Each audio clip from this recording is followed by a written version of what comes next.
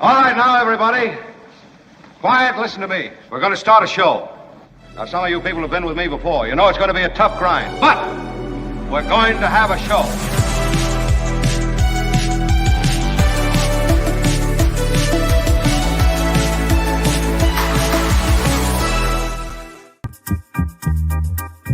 Greetings all from Washington, D.C., the gray, the chill. It is Washington in February. Great to have you with us. I'm Mark, and look who's here. Kim McAllister, everybody, along with, Albert, who is the commissioner of all things sports related. Yeah, there was an enormous trade that happened in the NBA of an old friend of ours, Kevin Durant. Yeah, that's right. Yeah, but it was part of a bigger trade, wasn't it? It wasn't the only trade, right? In the NBA? It was a separate trade, but then also the Nets also traded the controversial point guard Kyrie Irving to the Dallas Mavericks a couple days before. So it's been a huge. Kyrie Irving, strong on the court. Not good on like a panel discussion about politics, I'd say. Yeah, panel discussions, just general opinions, I think. Yeah. Maybe keep your thoughts to yourself type of situation. Right. So. Keep your focus on hoops would be my Great show today. David Katz joins us in the 11 o'clock hour. We're going to talk about the other shoe that been dropped legally on abortion. Also today, I don't need to tell you, it's Thursday, so Jefferson Graham joins us to Tech Thursday, and it's all about ChatBots and the future of Google. So we'll do that bottom of the hour around 10:35. Jeff joins, and then an hour later at 11:35, Belinda Waymouth, the Ecojournalist on the planet. In our segment, It's the Planet Stupid. Great to have you here. We have a lot going on. Just the news breaking that Burt Bacharach passed away. What a brilliant writer, producer. Wow. I have to say two things. Let me first to comment on the superficial. Handsome. Am I right? Come on. Burt Bacharach, a handsome guy. Look at that. That was him in his younger years. And here he is. Even as an older man, he was handsome. Look at that. Yeah. Mm-hmm. And his, I want to say, I guess it's sometimes used, that phrase, the soundtrack of your life. But if you were around in the 60s and 70s, that was the soundtrack of your life. Burt Bacharach songs, Do You Know the Way to San Jose? He won Grammy, Oscar, Tony. He only Lennon, McCartney, Carole King, and a handful of others rivaled his genius, they say, in this obit from the New York Times, for instantly catchy songs that remained performed, played, and hummed long after they were written. I Say a Little Prayer, I'll Never Fall in Love Again, This Guy's in Love with You, Alfie. These are all songs that, again, populated that time in the 60s and 70s. Dionne Warwick was his favorite interpreter, he said, usually in tandem with lyricist Hal David. They created great material for Aretha Franklin, Dusty Springfield, Tom Jones, Elvis, the Beatles, and Sinatra all covered his songs, Did he ever sing? Did he ever sing his own songs? Did he ever have a chart topper with his own voice? I don't think he did. I might be wrong. I'll do some digging here. Yeah, I don't think so. Mostly he was the one behind all the hits, right? Yeah. I don't think he sang any of his own stuff. He was 94. Yeah, what a great life. Yeah. His stuff is sampled in a lot of different artists' work today. White Stripes sampled him. Twista and Ashanti, they say, sampled Walk On By. Isaac Hayes did a version of Walk On By. That's wild. The Stranglers and Cyndi Lauper all did versions of Walk On By. So they say both an innovator and throwback. Bacharach and his career seemed to run parallel to the rock era. he grew up on jazz and classical music, had little taste for rock when he was breaking into the business in the 1950s. He was more aligned with Tin Pan Alley than with Bob Dylan, they suggest. He was married to Angie Dickinson for a while. Yeah, I mean, that is a good-looking couple. I mean, Mhm. you know, He was married um, 4 times, it turns out. very strong Yeah. offerings, 4 times. Yeah, yeah, that is it. What movie? I'll ask the chat because we have very sharp people in our chat. I'll ask what movie used a Burt Bacharach song? It's a famous movie. What James Bond movie used a Burt Bacharach song? Anyone? Butch Cassidy used, you're right. Sorry, I should have been clear.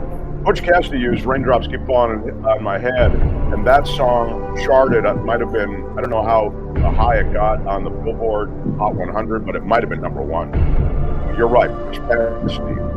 What James Bond movie used a Bacharach song? Casino Royale is the answer. Yes, very, very well done. Although it turns out he was big Austin Powers too. I was just reading that Mike Myers took inspiration from some of his songs and had him cameo in the movie. Oh, I didn't know that. Wow. Yeah. Oh, that's very good knowledge. Well, I'm sorry to hear that he's passed away. 94 is a great, productive, long life he led, and married 4 times. Let me just say again, very strong.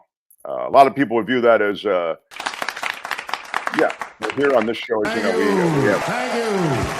we have great mad respect for that. Again, Larry King still the squad leader at 8 marriages, but 4. Are we calling it 8.5 or 7.5? 7.5 because he did double 7.5. back. You're right. But we round up. 7 different women. You're right. Yeah, that's a good point. And then, as I always mention, or have mentioned, I think before, the other high-profile double back was Elliot Gould, who doubled back for the same woman to marry her again. So, it's a wild idea, but it just might work. Seemed to work out for him. That's all I'm saying. So, Burt Bacharach. Yeah, this is an interesting. Yes, Austin Powers did use his music. You're right, and the reason was Austin Powers, of course, is a parody of those '60s movies involving, Private Eyes, the Matt Helms, the James Bond, right? And so, since it was that and a throwback, the Burt Bacharach music was, and he was. I think Buck is right. In Austin Powers, I'm just thinking, Burt Bacharach was in that movie. Didn't he play the piano while I think Austin he did. Powers was going down the Vegas Strip? Isn't that right? I think he did. Let me. Obviously, we can't play it for some reason. For You're reasons probably that wondering, will well, why get aren't you playing all this demonetized, music? Right. Albert is right. We will get copyright strikes then against us. So that's why we can't. Were we KGO, we can play it. But by the way, here's another thing. Even at KGO, they'd have to pull all the music out of the podcast. So even that right was the thing now, I hated the most because I Right. would have to do it for all the podcasts. Here's a little, I don't know, trivia tip. When we were at KGO and other radio stations pay some basic BMI ASCAP licensing fee so you can use any music, right? But podcasts don't have that same licensing. So when we would have our show transferred to podcast from the KGO show, KGO had all those podcasts, Rothman had one, I had one, etc. It was just another version of the show. Pat had one. They had to take out all the bump music, all that stuff where you bump in with music. And in this case, we'd have to pull out all the Burt Bacharach stuff that we ran on the show. So effectively, you would have an empty first segment, Anyway, that's why we're not playing it right now. So yeah, Buck's right about Austin Powers. I will spare you. I will not sing the music. Elvis Costello did cover Bacharach stuff. That's true. Thank you, William Martinez. And I think to call his music elevator music is not quite. I get why someone said that in the chat, yeah, he played himself, John Watson said in the Austin Powers movie. I don't think it's quite fair to call his. I understand what you're saying. It was like that adult contemporary, as they called it, like that middle of the road music.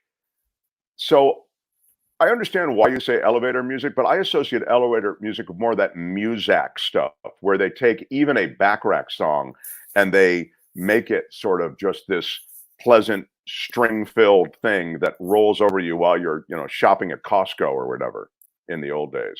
Yeah, so there is Burt Bacharach, and that's Mike Myers. And who's the third person?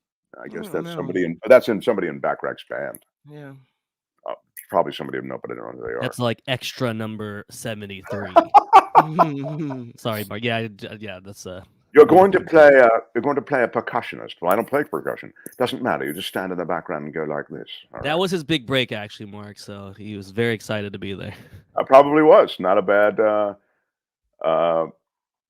Bacharach appears briefly in every Austin Powers movie. Wow, that is a good grab, Albert. Wow. I'd love to take credit, but that's actually Kim. Kim is scrolling here. Kim was trying to take my job, Mark. It's all right. Yeah. It's all right. I was very hoping well you would done. just go with it, Albert. Just go with it. Yeah, I'm quite impressed with both of you. And he is a handsome devil, I think. I would be careful now, Kim, though, because I think now we're running up against what could be a copyright strike. So you may want to lose that. Another message from Buck about it's George Santos in the background. Very strong take. Yes, very strong take. Look, you wanted it, and I'll get to it here in a second. Well, I guess there's no other.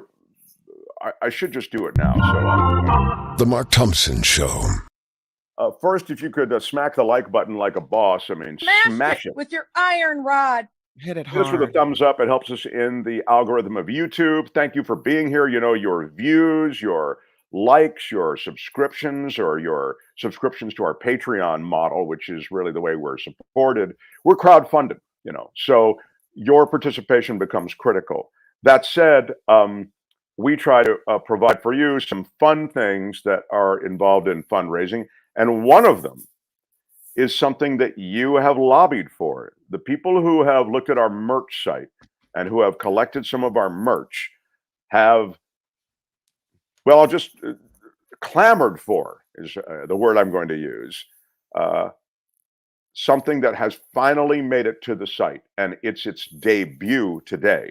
So I think that merits a major announcement, does that not? It is a major announcement. Thank you. You're right, Albert. Please, major announcement. A major announcement from the Mark Thompson Show. A major announcement.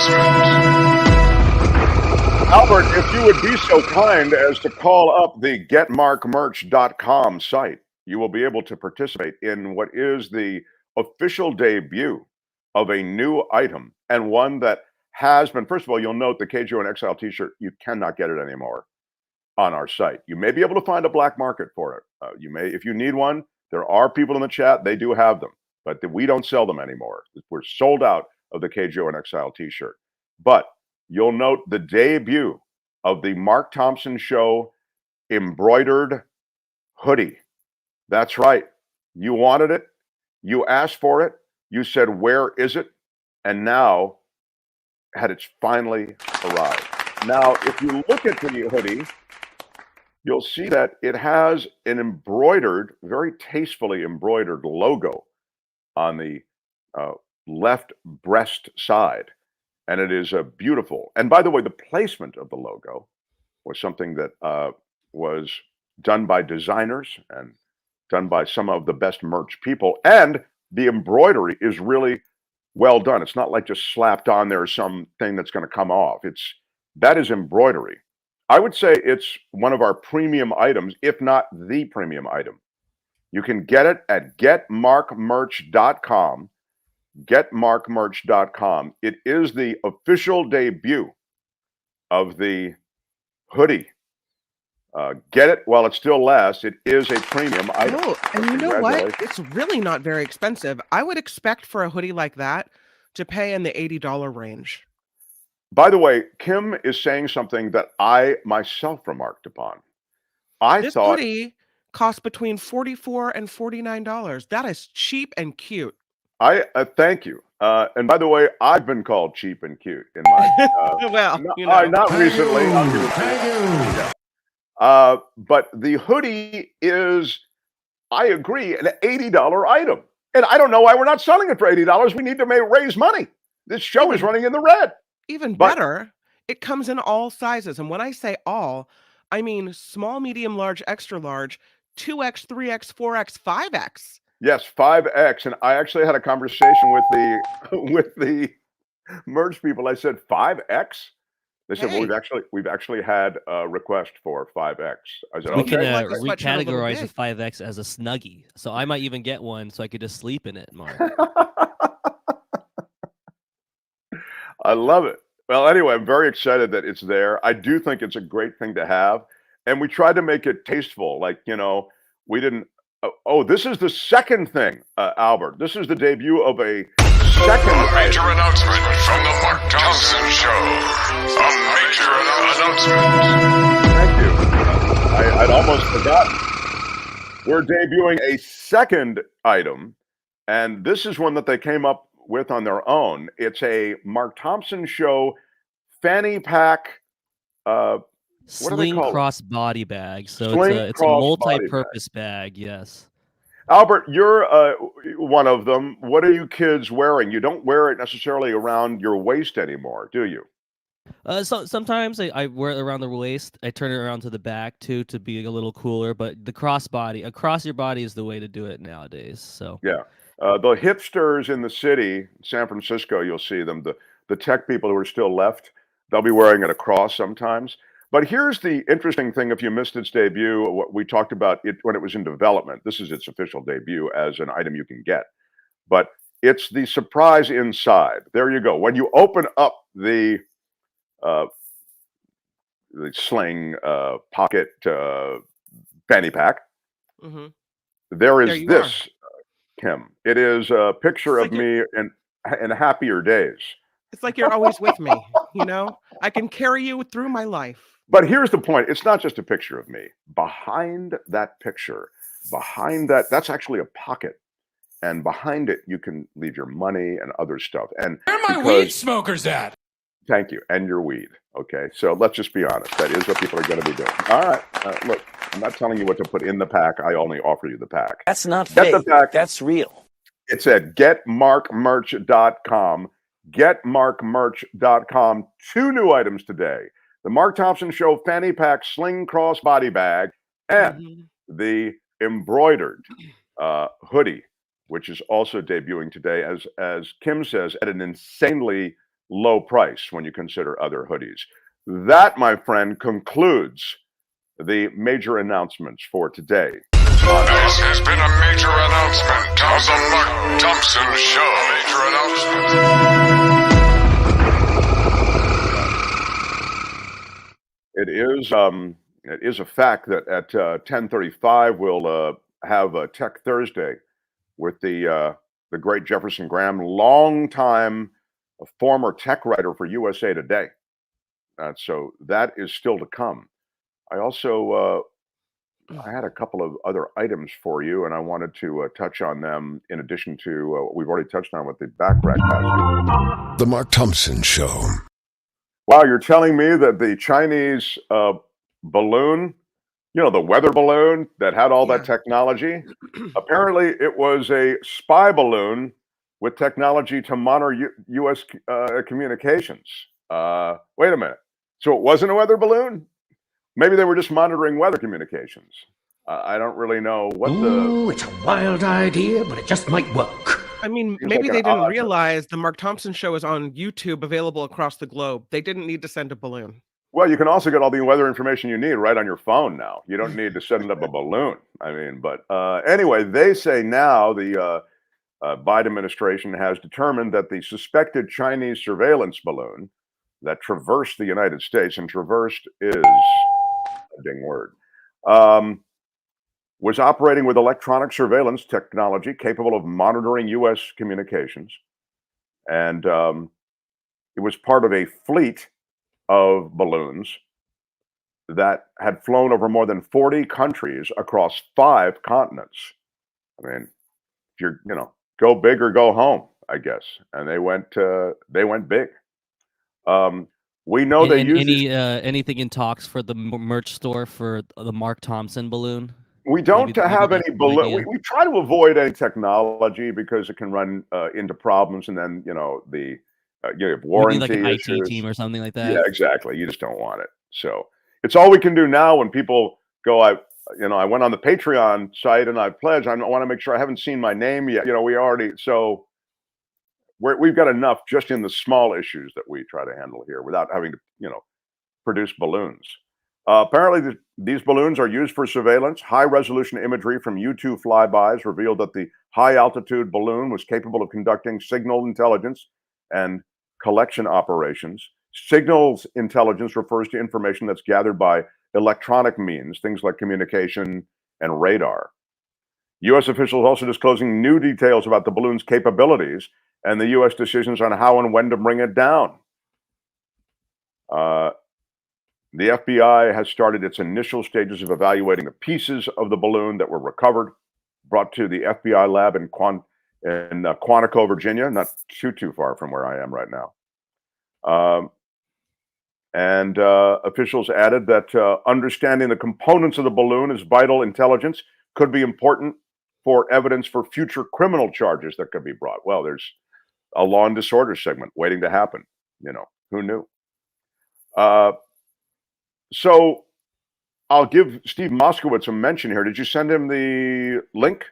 Normally he shows up right around now. That's why I ask. Albert, did you send him the link? I did.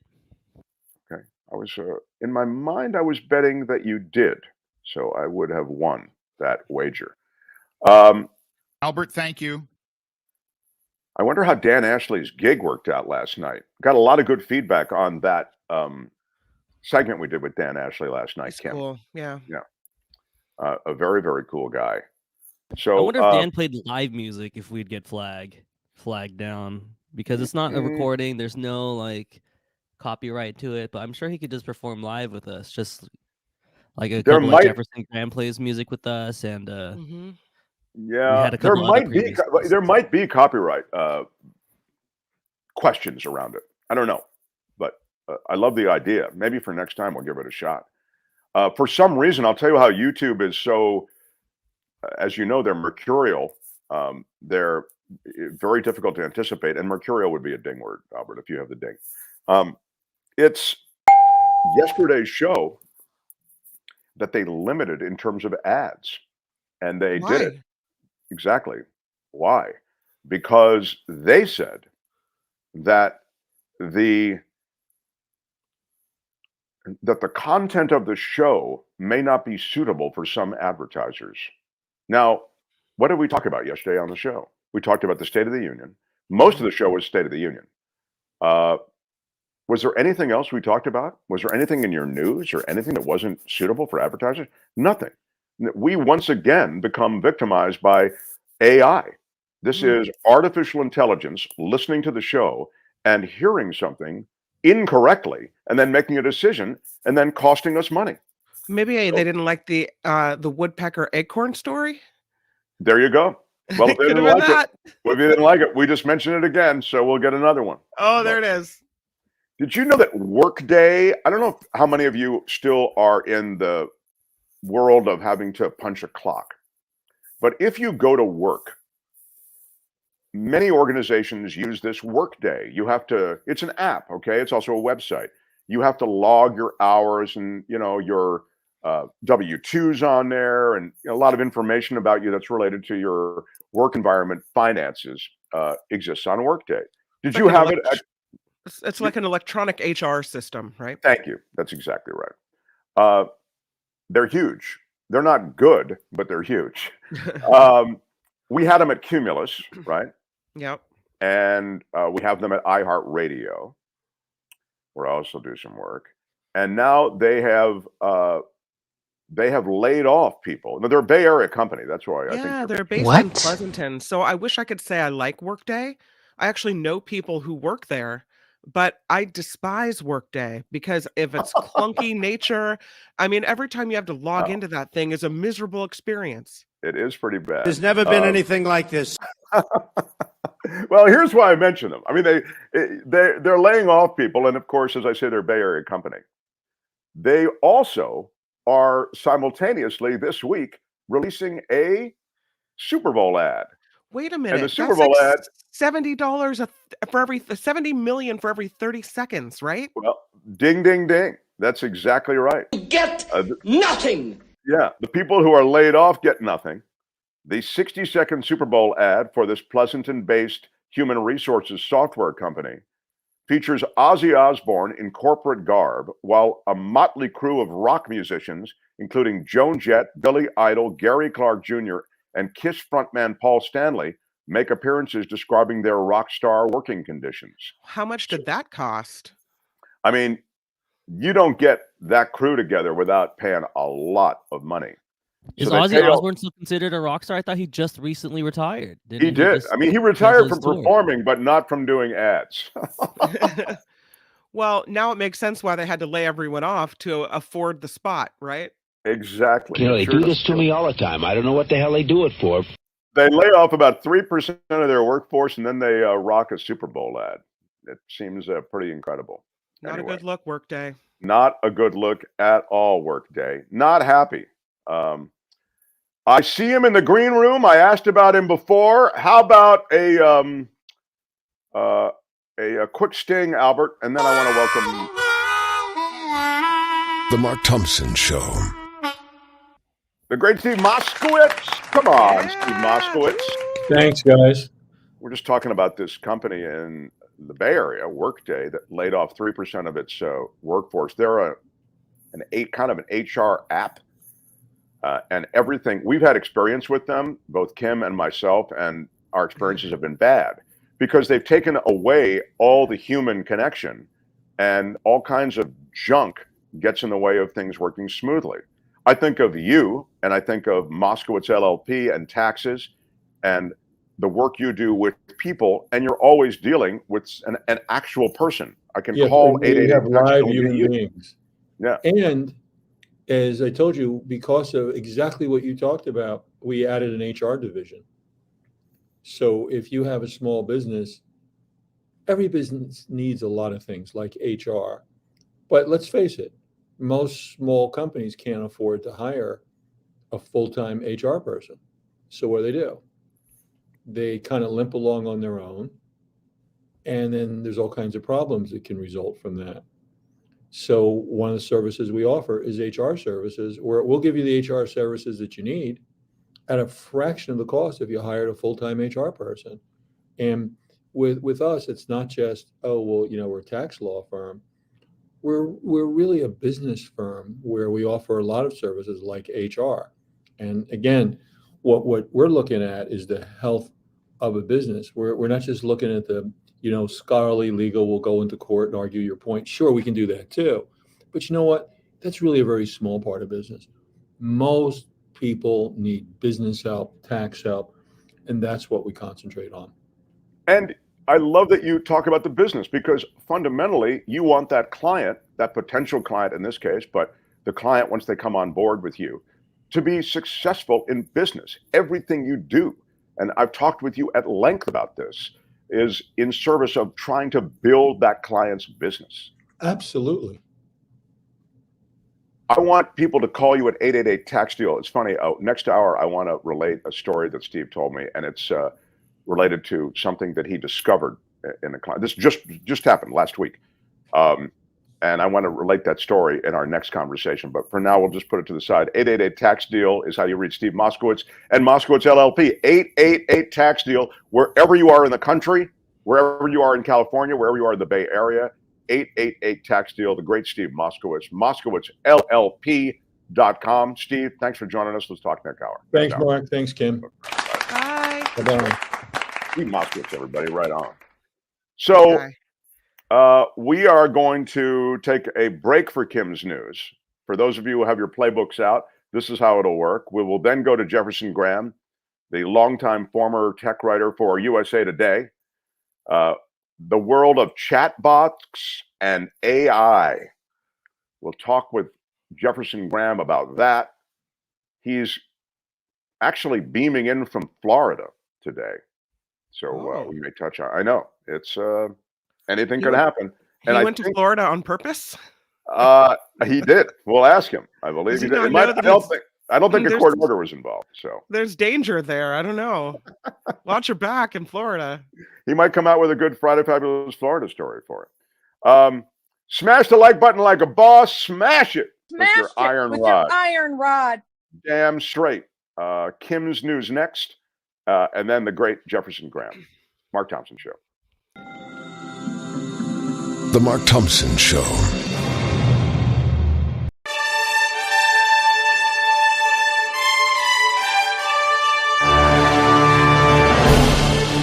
On the Mark Thompson Show, I'm Kim McAllister. This report sponsored by tax attorney Steve Moskowitz at 888 Tax Deal.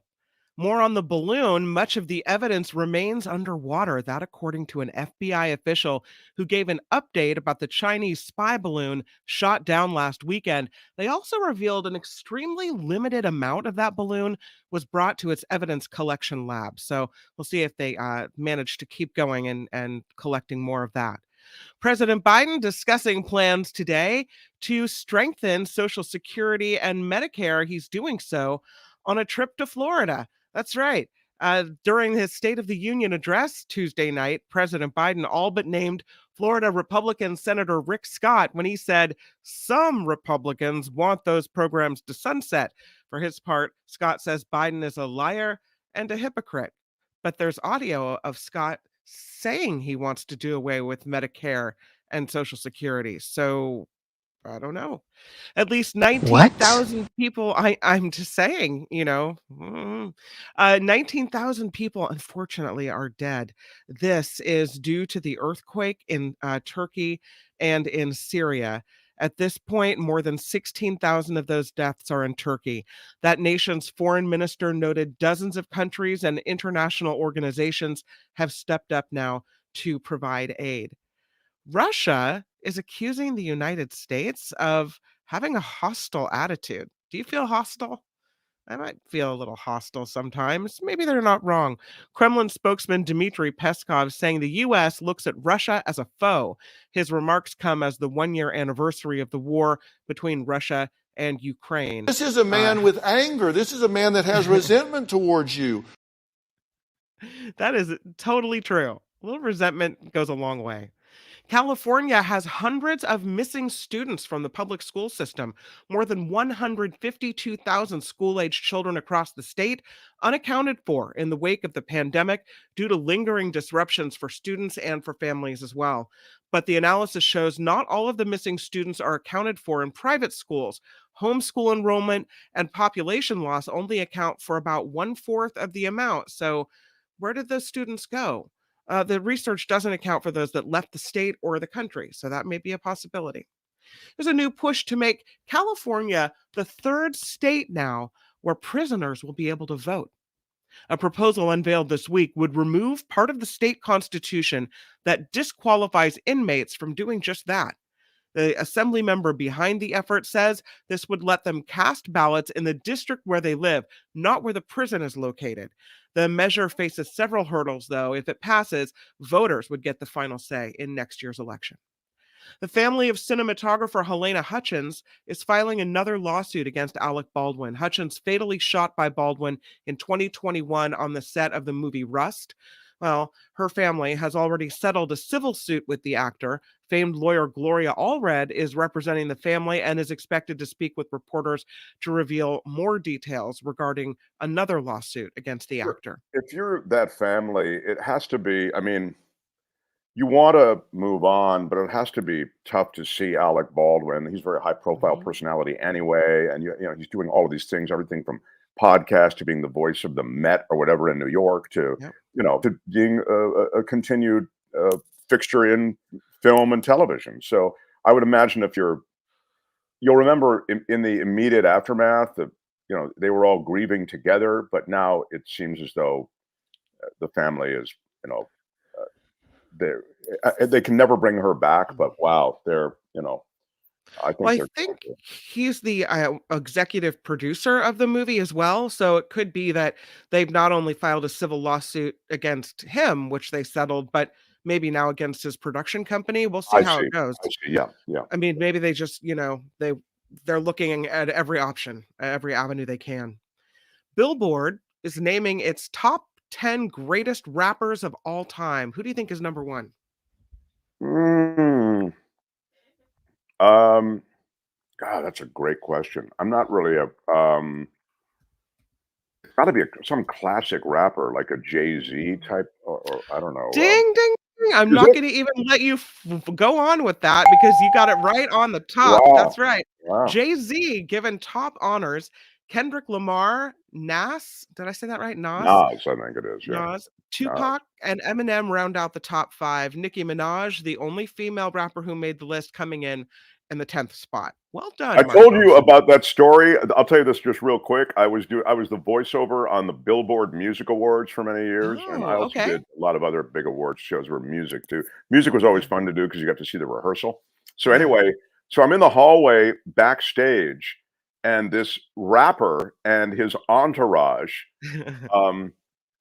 they're there, and he sees me, and he recognizes me, I guess, from television or something. He like locked onto me when he went, "Hey, this is great to to see you here." And I'm looking at him going, and my brother was with me, and I am thinking to myself, I don't know who this is, but I go, "Hey," and we hug, and he introduces me to his entourage, and I introduce him to my brother, and then we walk away, and my brother says, "Wow, that's unreal. You guys, how long have you known that guy?" And I said, "Dude, I have no idea who that guy is." And I promise you, he doesn't know who I am. He just thinks he knows who I am. It was one of those weird moments backstage. But you still don't know who it was? I do know who it was. I can't remember the guy's name now. He was a Jamaican rapper, though, and he had the biggest, most gold-filled, gilded, bejeweled entourage I've ever seen anywhere. So he rolled like a rapper. So That's right. Yeah, he didn't come to sit in the audience. He came to play. Yeah, That's there it. you go. This report sponsored by tax attorney Steve Moskowitz. For more than 30 years, Steve has put his tax knowledge to work for individuals, for businesses. If you need help with your taxes, Steve Moskowitz, really good guy, and he can help you out. 888-TAX-DEAL. You can see at the bottom of your screen the website, how to spell that out, moskowitzllp.com. I'm Kim McAllister on The Mark Thompson Show.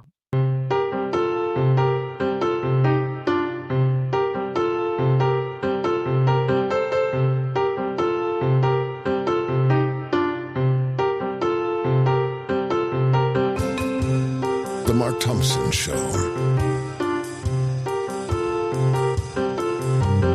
I think you know what the problem is just as well as I do.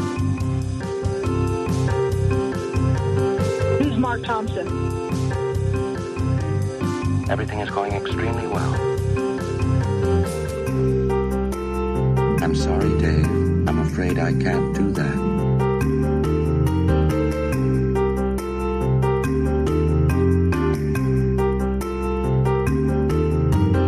I apologize to every preacher and pastor.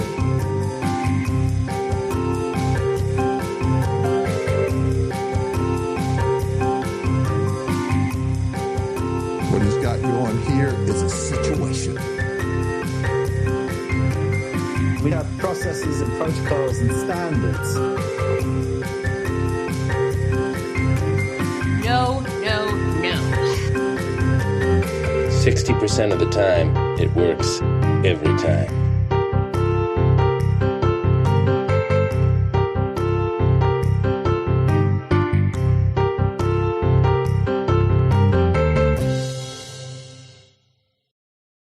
What up, everybody? What up, what up, what up, what up? Great to have you with us. Second half hour of our first full hour. Thursdays, we bring in a guy who comes to us today from Florida. He's the longtime tech writer at USA Today, left USA Today to do his own thing. Now he does photo walks, and as you'll hear, he does these lectures across the country. He's become something of high-profile kind of superhero type figure when it comes to technology and photography. Please welcome Jefferson Graham, everyone. Yeah. What a backer. Look at that. You can tell, look at that, the composition of that shot. Very nice, Jefferson Graham. Very nice indeed. Yes. I think so. Yes, I think something of a superhero. Okay, thanks for having me. Good to see you again. Now, why are you in Florida?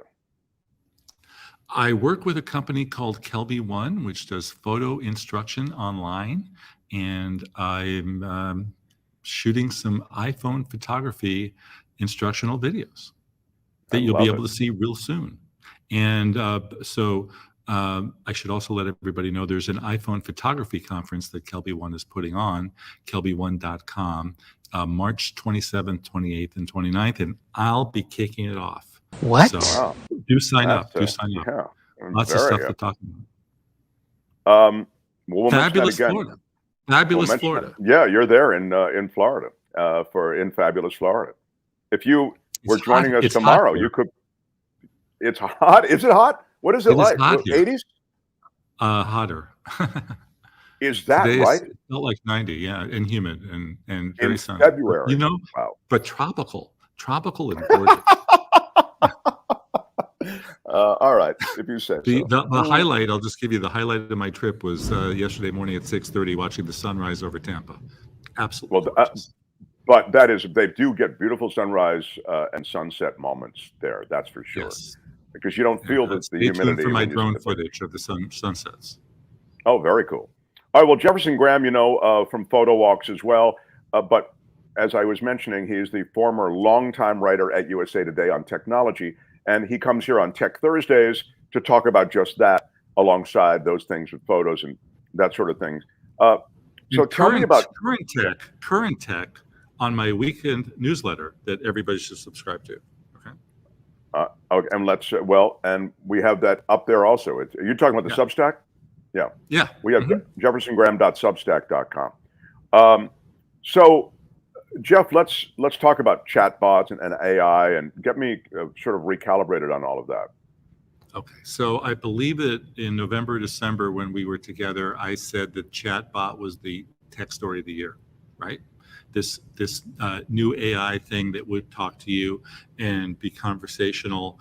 And then Microsoft bought a chunk of it, and they're now putting it into their Bing search engine.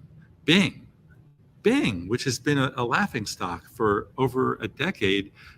They had an unveiling this week, and it was as if the iPhone, the day that the iPhone came out, and people were going crazy. So people are going crazy. It's the first actual competition that Google has had. Now, I got to say, Bing, the all new Bing, you can't actually see it. It's coming soon. And Google says they're adding their AI tools to Google coming soon. Go on a wait list. So there's a lot of hype going on right now, but Joe and Judy consumer will not be able to actually see it for some time. But the whole point is conversational. Tell me where to go in Mexico, where to stay, what should I wear, and you have a whole conversation going on. And from what I'm told, the results are pretty good.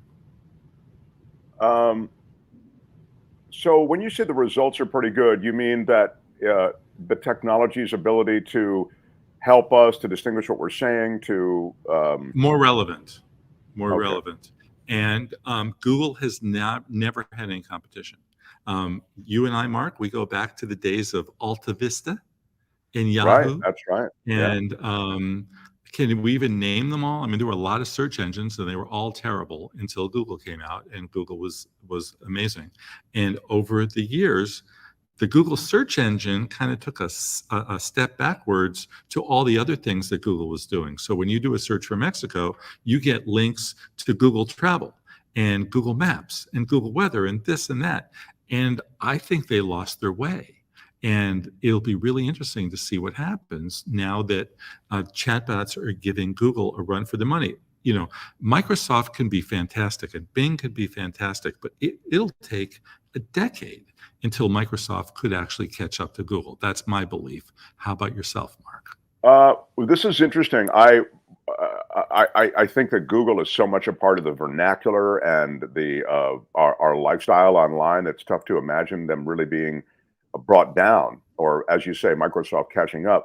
But I see this comment from Chris. Now, I don't know if this is true in the chat, but Bing is far better than Google. I mean, when we talk about better, then Chris, you're saying better search results. Jeff, that's what you're saying as well. That Google has begun to see a degraded version of their search engine. Yeah, but I still think Google is supreme, and I think Bing doesn't hold a candle to Google. But I can't wait for go for it. And right now they have a 1% market share to a 99% market share. So can they get up to can they bring Google down to 90 or 80 or 70? I mean, it'd be fantastic. I mean, the competition is only good. And Ask Jeeves was cool, says Billy. Yeah, I remember Ask Jeeves. I remember when they changed their name to ask.com. Let me tell you a quick story about Ask Jeeves. This is, I promise you, this is a 1 minute story. There was a time I was doing a lot of voiceover. I still do some, but I was doing a tremendous amount. So I was getting all these stories, and we used to all wait before. Now you can do it all from your home, auditions. We used to wait in the lobby to go into the booth to, read the copy, commercial copy, right? And there's one guy there who I'm talking to, and he said, I just doing this startup, and I went in, and because he was all of a sudden, like he had a bounce to his step, something different about him. And he went in, read the copy, and they said, we can pay you $500 for this, or we can give you a piece of the company. So he took a piece of the company, and the company was at that time riding way high. And so that's why he had a bounce in his step. He was doing really well. The company was Ask Jeeves. So those startups that were out there advertising, and they took the run up, and I guess they were playing for the acquisition. Is that what happened to Ask Jeeves? Was it acquired? Ask Jeeves is bought by IAC, which owns Match and Tinder and Vimeo and a whole bunch of other websites. And I'm sure that your friend made money. Yeah, no, I remember he was doing well already. So pretty wild. So that's the world we're in, is chatbots. Can they actually improve the user experience? They can improve it, but caveat, beware, they don't always get everything right. When I asked ChatBot about myself, they talked about my long career at USA Today and the Los Angeles Times. Never worked at the Los Angeles Times. And they had several other things wrong in there. That's just me personally. And, they're basically. But wouldn't you have liked to work at the Los Angeles Times? If that is the kinds of errors it's making, I don't have an issue with it. They said that I was a regular contributor to NBC Nightly News every week. They also threw that one in. I've been on there once. So I mean, it's a George Santos dreamscape. I love it. Yeah. Yeah, it's early days, and it's going to take a while.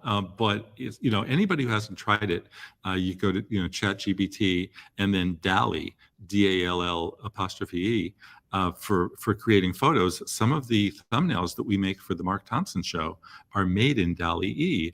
I think we did the one yesterday. I'm not sure, but I do it all the time. Yesterday, but there was no, we didn't do a thumbnail yesterday. We did the State of the Union. So I did American flag, but I did a drawing of what? Yeah, you did a drawing two of guys for Murder Mystery Monday. That's right. Yeah. So that was in DALL-E, and just the AI is creating things for us and doing a nice job. And of course, there are a lot of people worried that students will just ask ChatGPT to do their term papers. So school officials are on edge about it, but you can always spot the mistakes. You can spot them now. You need to do a sweep of any longer document that is done by AI, but once you've done the sweep, it's only modest changes that you have to make oftentimes to get that document looking halfway decent, right? There's a tech news site called CNET that's been around forever, and they got bought, and the new owner wanted to save some money, so they had the not ChatGPT, but some other AI write 70 articles for them, 70, and they got caught because they had 70 corrections. Every article had to be corrected. Yeah, it's not. It's definitely not there yet. What about this DuckDuckGo? I just want to talk. We're talking about search engines. DuckDuckGo gets their information from Bing. Did you know that? I did not know that. Okay, DuckDuckGo is the privacy browser that Mark likes. So you should talk about your experience using it, where I don't notice it. They don't follow you. They don't send all the information out to advertisers. It is that and Brave are the two that respect our privacy, but they get all their information from Bing. And how does DuckDuckGo make its money then? Advertising. I see. So it's so they're ad supported, but they don't sell data. Whereas Google they don't sell ad-supported, data, and and they're not as my classic Google story is I pulled into a gas station and I was in Google Maps, and Google Maps said, "Hey, the last time you were here was a year ago.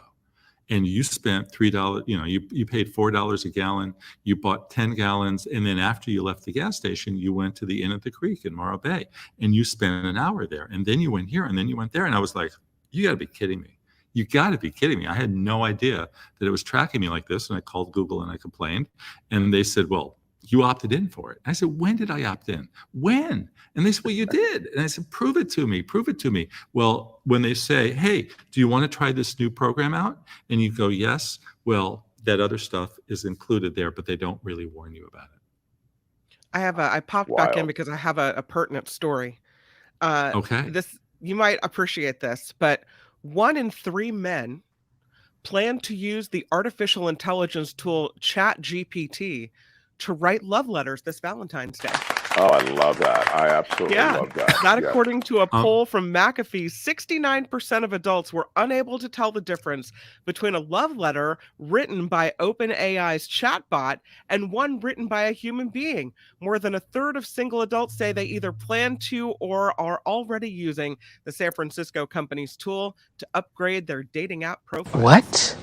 I totally believe that. A few weeks ago in my go ahead. A few weeks ago in my newsletter, I asked ChatGPT to compose a poem about Manhattan Beach, the town that I live in.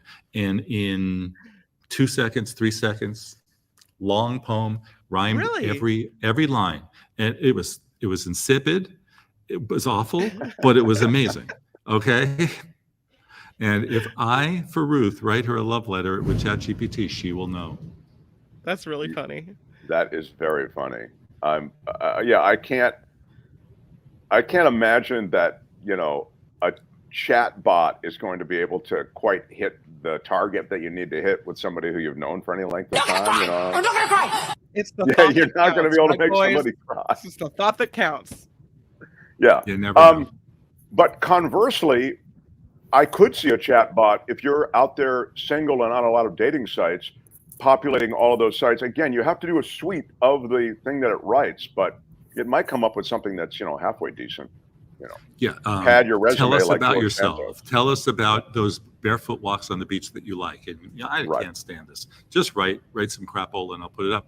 Do the George Santos method. Just make it up. Let ChatGPT tell. Yeah, just make it up. It's the new America. So, are you leaving us for the guitar number? I don't have a guitar here. So I can't play for you. But I'll play next week. I'll be home next week. Let me say this. Can we put up a little QR code for old times? Because both Mark and I are getting close to the $10,000 mark, 10,000 subscriber mark.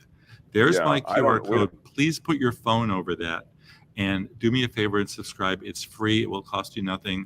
I'm 800 away from the magic number, and Mark is I think it's 1,100 from the magic number. We both want to get to 10,000.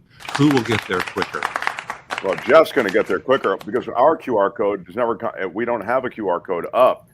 No, but I know a guy who can make one for you. And that'd be great. Actually, Jeff's been I got to tell you, he's like the family member who says, "Don't worry, we'll take care of it." Like on our YouTube stuff, he's been really, really great. And our YouTube stuff is not over. And I just told you about 40 minutes ago our latest YouTube thing. So whatever. There's always a new thing. But I don't mind the small fires. I mind the big fires.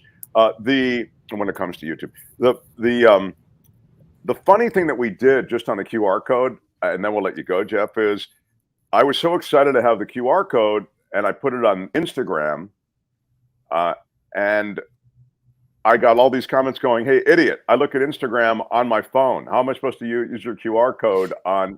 So that was a little bit of a mistake on my part, but well, the QR code is good anything for the computer. No, it costs nothing. So, put it on Twitter. Twitter it is. All right, it's been great visiting with you. You'll be back in California next week. I'll be in California tomorrow. All right, tomorrow morning. For our purposes, next week. Yes. Next Thursday, Tech Thursday. You got it, kid. He is the great Jefferson Graham, everyone. Thank you, Jeff. Happy Florida to you. Yeah. I don't know what to do with myself when he doesn't play his guitar. I know, it was kind of weird. I thought for sure he would. But I'm like, what's going on there? Yeah.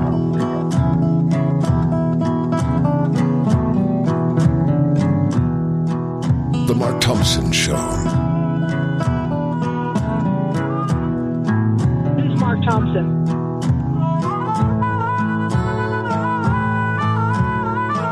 Hey, which one of you is Mark Thompson?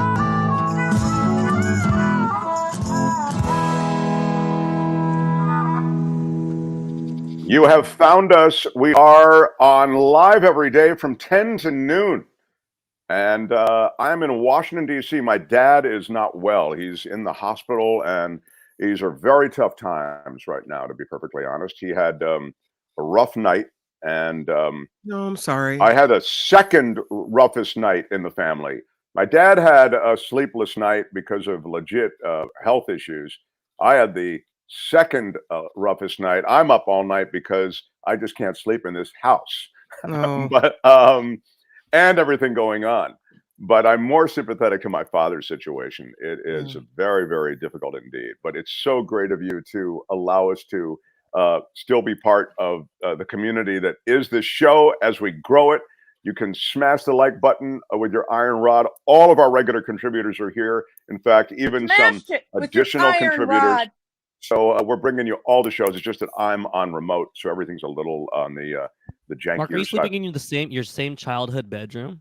I am sleeping in my sister's room from the old days. My room is filled with books and stuff, and like it's unpassable. That I was hoping for the Star Wars posters to be up there. Yeah, right. The Farrah Fawcett poster. The Farrah Fawcett poster. I never had. I might have had. I don't know if I had a Farrah Fawcett thing. My parents were kind of like a little sensitive about that kind of thing. It was more counterculture stuff that I would, peace, not war, that stuff. That's what you'd find in my room. I can tell your parents are readers because of the coffee table behind you. Kind of make out all the books right behind your head. Yeah, look at all those books. Let me tell you. This is a house of literature. When we come back, we have David Katz, who's a brilliant mind, and we want to talk about the likelihood that the abortion ban, they already tried, as you know, to make abortion illegal in America with this conservative court, and I'm getting to the books in a second. But now they're going to actually take another step. The conservative, radical Christian right, which is controlling many of the courts, these are Trump-appointed judges, they're going to take another shot, and it might be successful. We'll get to that next. But after David, is the reason I mention it, I will just grab randomly a couple of books there, and you'll realize, oh my God, and you'll see why I just feel like I'm the dumbest guy in the room. I mean, I'm from my parents and my dad. It's incredible. I mean, they're just such literate, remarkable people, which is why it's so hard to see him struggle, because he's so gifted and brilliant, and that mind is a wonderful thing. And so it's just hard to see him reduced to not being able to necessarily express himself the way he wants to and being caught in a hospital bed. It's really, a downer. But anyway, I'll grab those. And Kim, the whole damn house is like that. My old room is just filled with stacks of crap. It's like the Library of Congress around here. It's insanity. All right, smash the like button like a boss. David Katz. Smash it with your iron rod. The former assistant U.S. attorney joins us next, and we will talk about this growing federal case, really, to eliminate abortion completely in the United States of America. Mark Thompson Show. Now you should get the singer, Albert. There you go. Strong open. I love it. I love it. Pretty good. This is Kim McAllister on the Mark Thompson Show. This report sponsored by tax attorney Steve Moskowitz at 888 Tax Deal. Let's get right to it. House Republicans are seeking records now from some members of the Biden family. That's President Biden and his brother. And his brother is among those called upon now. A committee recently sent a formal request to the president's son for information related to his foreign business dealings, as well as the president's younger brother, James Biden, and Hunter Biden's business partner, Eric Schwerin. The committee chair said the American people deserve transparency and accountability about the Biden family's influence peddling. California celebrating a milestone in the fight for equal pay because GoFundMe is the latest to sign the state's pledge, and that makes, I can get the right picture there, that makes 100 companies so far. The CEO says this will help ensure they meet the highest standards in hiring, promotion, and compensation practices. First partner Jennifer Siebel Newsom launched the Equal Pay Pledge in 2019. She says closing the gender gap wage requires smart public and private policies as well as a cultural change. A Virginia school district facing more lawsuits after a teacher was shot last month. The families of two Rich Neck Elementary School students now say that they too plan to sue. The 25-year-old victim sent a letter to Newport News Public Schools stating the same thing, claiming the school knew he'd been suspected of having a gun at least 3 previous times. Twitter acknowledging the platform might not be working as expected. Users started reporting outages and error messages last night, a few hours after the company posted that longer tweets had gone live for Twitter Blue subscribers. The character limit for subscribers increased from 280 to 4,000 characters. In the moments after newly inaugurated Arkansas Governor Sarah Huckabee Sanders gave the Republican rebuttal to President Biden's State of the Union address, Governor Gavin Newsom here in California came at her on Twitter. Governor Newsom tweeted, while Huckabee touts public safety, here is what she skips over. Arkansas has one of the highest murder rates in the nation. Well, now an Arkansas Democrat is coming to Governor Gavin Newsom's, or rather Governor Huckabee's defense. State Representative Andrew Collins posting a reply to Newsom saying, 1, she's been governor a month. 2, there are drivers of crime like poverty, lack of education, and lack of opportunity that Arkansas needs to fix in order to reduce violent crime. They're generational and are not unique to Arkansas. And 3, don't trash my state. Yeah, Newsom. For the first time ever, the military flyover during the start of the Super Bowl will have all female pilots. The historic female flyover will be in honor of 50 years of women in U.S. naval aviation. The first female aviators were accepted into the Navy in 1973, and the Arizona Republic says all the pilots in Sunday's flyover are well practiced in flying in formation. They will fly over State Farm Stadium during the singing of the national anthem. And this report sponsored by tax attorney Steve Moskowitz. For more than 30 years, Steve has put his tax knowledge to work for individuals and for businesses. If you need help with your taxes, give Steve a call. He's at 888 Tax Deal. You can also catch him on the web at moskowitzllp.com. I'm Kim McAllister on The Mark Thompson Show.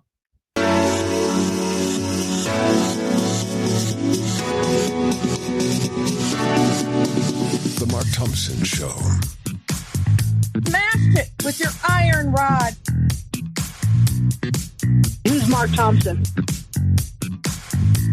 Hey, which one of you is Mark Thompson? What he's got going here is a situation. It's unbelievably offensive. Put up your pants, my man. Pull up those pants. Ralph Nader just sent me a book. Did he send you one too? I offer this sincere apology to you today. Everything is going extremely well. Call me a liar. Is that what you call him? You, sir, are a liar. You are a cover-up artist, and you are a liar. Liar, liar, your pants are on fire!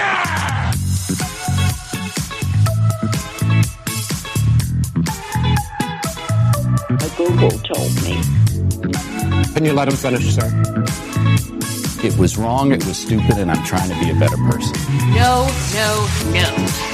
I'm going to tell you what I think. What are the porn stars doing? Do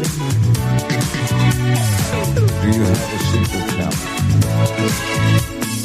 Does an itty bitty bit of weed? 100% effective. How about that? Say what? And this is their new host. There is no defense for my conduct. I misspoke. I stand corrected. And I wanted to apologize to the Asian community, the Asian American community.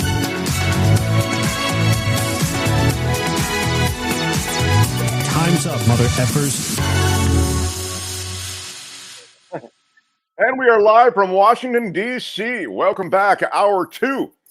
Really excited to have this guy in. We have, before I bring him on formally, I just want to mention we have on Thursdays, It's the Planet Stupid. Belinda Waymouth is our eco-journalist, and she will join us in the second half hour. But to finish my thought about the first half hour, I want to thank you for all the ways you've supported us. Super stickers and super chats. We've tried to post them during the show, but then we'll recognize them separately later this hour. Isn't that how that's going to happen, Albert? That we'll take a moment and recognize everybody who stepped up today and helped us. Yeah, probably before Belinda. We'll try to get to it before Belinda. If not, we get the rest at the end of the show. Okay, great. And then any other business to do? We mentioned the first hour there is new merch. You can get it at getmarkmerch.com. And now, without any further delay, let me bring on a guy who is the former assistant U.S. attorney. His takes on the law have been exploited by media from the O.J. Simpson trial to today, when he's on Fox News Channel, believe it or not, talking about the Murdoch murders. But today and every Thursday, he offers legal takes on everything from the Trump cases that continue to grind through the legal system to the voting cases that continue to grind through the legal systems. I mean, things as like redistricting. And today, it's abortion. Please welcome the great David Katz, everyone. David Katz. Hi, David. Hi, it's great to be with you. And just for your listeners, I don't want to be typecast by being on with Trace Gallagher at Fox News. I love being on with him, and he's terrific on these crime stories. But I'm probably better known to your audience for being on with Pat Thurston. And yes, Pat and I were on for 4 years together, along with Kim, of course. Hi, Kim. Kim, Can you hear me? Kim was muted. Yeah, she was. Yeah. Kim's catching lunch while we're during by the way, segment. some people wrote in and said it's great that Pat Thurston's landed on her feet and she's reading the news. She's doing a lot more than reading the news. She's doing commentary at the 7 o'clock hour at 8 p.m. And she had me on 3 times within a week to talk about the Nichols, that poor fellow in Memphis, who was chased and handcuffed and then beaten to death by 5 or more police officers in Memphis. So she had me on 3 times to talk about that and also to talk about Trump. And one last thing, I've been able to get a hold of her at 7:40 a.m. down here in L.A. because it's in the evening. And somehow it at least comes on my dial most places that I drive around. It's AM radio, but it's 7:40 and it's in Southern California. You can hear Pat Thurston. What? Oh, well, I will say this. She's brilliant. I love Pat. And I'm so glad to hear she's doing more there because I consider her a mega talent. And I'll be honest with you, we all need to work. And I love that she's working. And I love that she's at KCBS. I feel she's a Formula One race car driver. And she's driving a shuttle bus to the airport right now. So I love that. Mark, she's not competing with your time slot because she's in the evening. No, that's true. That's absolutely. Look. I said it before, but I'll repeat it, and then I want to get into some substance also on the law. I heard you on Pat Thurston's show, and I would regularly text Pat, and I called her in that case after her show, and I said, David Katz is the best guest on KGO. I don't mean the best guest on the law. I don't mean the best guest on your show. I mean the best guest on any show on KGO, David Katz. So I'm so proud, happy, and frankly a bit intimidated to have you on my show. So well, thank you. Mark, one last comment. You're really too kind because they've had so many great guests on KGO. You know, they covered I know it's the old station, the station that shall not be named. But, you know, they covered COVID. They did such a great job of covering COVID with those world famous virologists. You know, they covered everything, you know, so well on that station. It's really like a loss to the public interest. And it's really kind of a tragedy talking about public policy that as valuable as it was, it couldn't be saved for the tremendous public service function. But I guess, you know, that's our capitalism. What did President Biden call it the other day? Humane capitalism? Well, it wasn't so humane or great in that particular instance. But apparently what they're doing now, they think sells better. My own thought that it was a very bad bet. No, but anyway, let's do the abortion case. Let's do the horrible abortion thing that's rearing its head in Texas. Yes, please.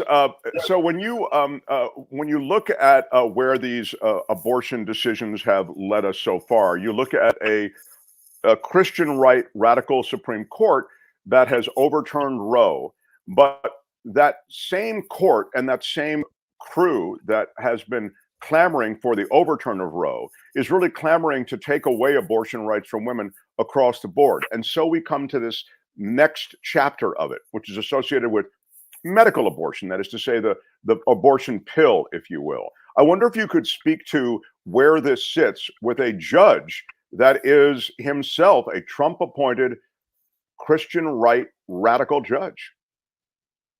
Well, it's hard to know where to begin, but let's begin with the judge.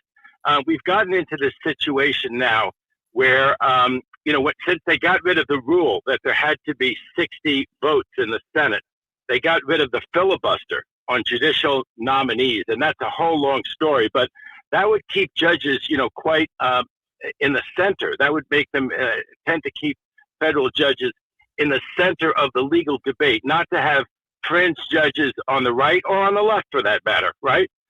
But with the demise of that rule, you had these very radical judges picked by Trump. And this is one of these radical right judges. When people say, how could this happen with 51 or 52 votes and 48 senators screaming that this person was totally unqualified, that this judicial nominee was an absolute ideologue who had a political agenda. You know, this is one of those where you don't have Romney or Murkowski to thank, because Romney and Murkowski could have stopped him.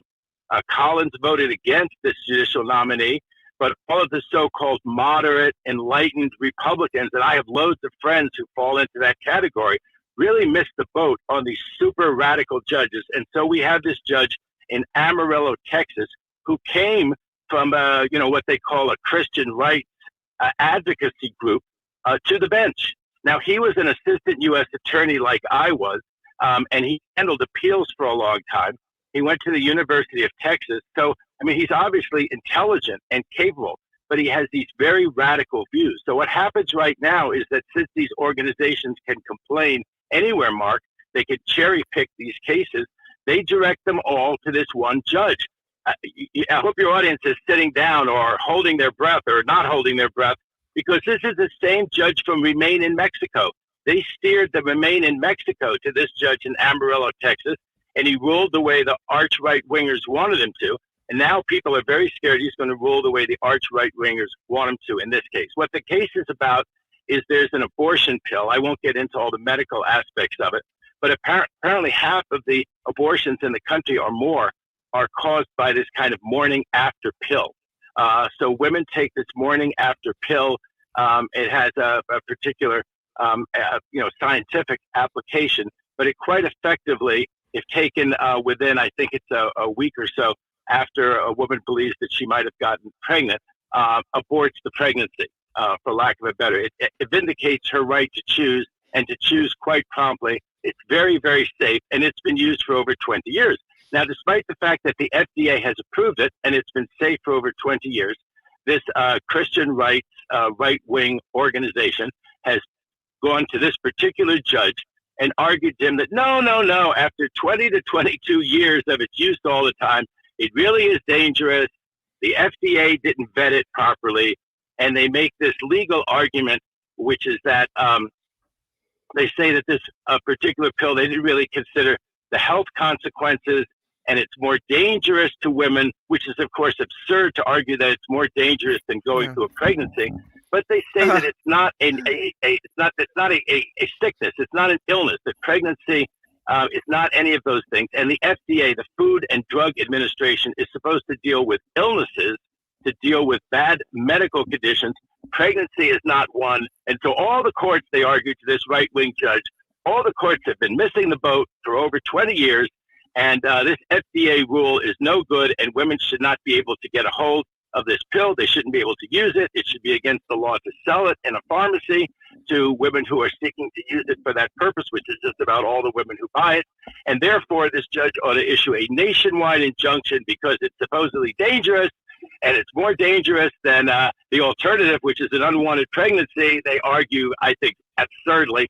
He should issue a nationwide injunction, and people are really worried that on Friday he's going to do so. You try not to hate people, but sometimes it's hard. I hear where you're coming from. I really do. Yeah. They say that the same thing happened on the left. They say that these cases were steered to judges in San Francisco under Trump, and they issued a nationwide injunction. I think one was supposed to be under, remember, the Muslim ban, and the idea was that if the Muslim ban was an affront and against our Constitution as to people just because they, had the Muslim religion, it shouldn't be allowed in San Francisco. It shouldn't be allowed nationwide, and there shouldn't be a ban on travel into the United States because of your religion, for goodness sake. And the argument is that these kind of cases sometimes are appropriate for a nationwide injunction. Just a little history. Before about the mid-'60s, although they existed, it was unheard of to have a nationwide injunction. The idea was that you sued in the Northern District of Texas and you won, you got a ruling that was valid within the Northern District of Texas. If other districts around the country thought it was persuasive, the same group could go to court and they could say, see how persuasive the ruling was by what appears to be a very right-wing judge in Texas. But you could go to New York City, you could go to San Francisco, you could say, look how persuasive this is to the federal judge there. You ought to do the same thing. But in the last 20, 30 years, it's become more normal to have these nationwide injunctions. And at least by some statistical count, there were about 20 under President Obama. And then, of course, with all of the things that, in my opinion, were extreme and anti-constitutional that Trump was doing, they magnified to about 40. So you can imagine the Republicans are licking their chops and saying, okay, good for the goose, good for 40 nationwide injunctions against Trump policies. Watch us, watch the judges that Trump put on the bench. Let's see if we can do even better than 40 and have nationwide injunctions. Now, the Court of Appeals can knock down the nationwide injunction as fast as this judge could issue it on Friday. The Federal Court of Appeals, called the Fifth Circuit down there, could reverse it. But what's worrisome is that the Fifth Circuit has also, in the opinion of a lot of people, been packed with Trump judges too. Just they're on the appeals court now. And of course, the even scarier thing is, where do you go from the Trump-packed Fifth Circuit to the Trump-packed U.S. Supreme Court?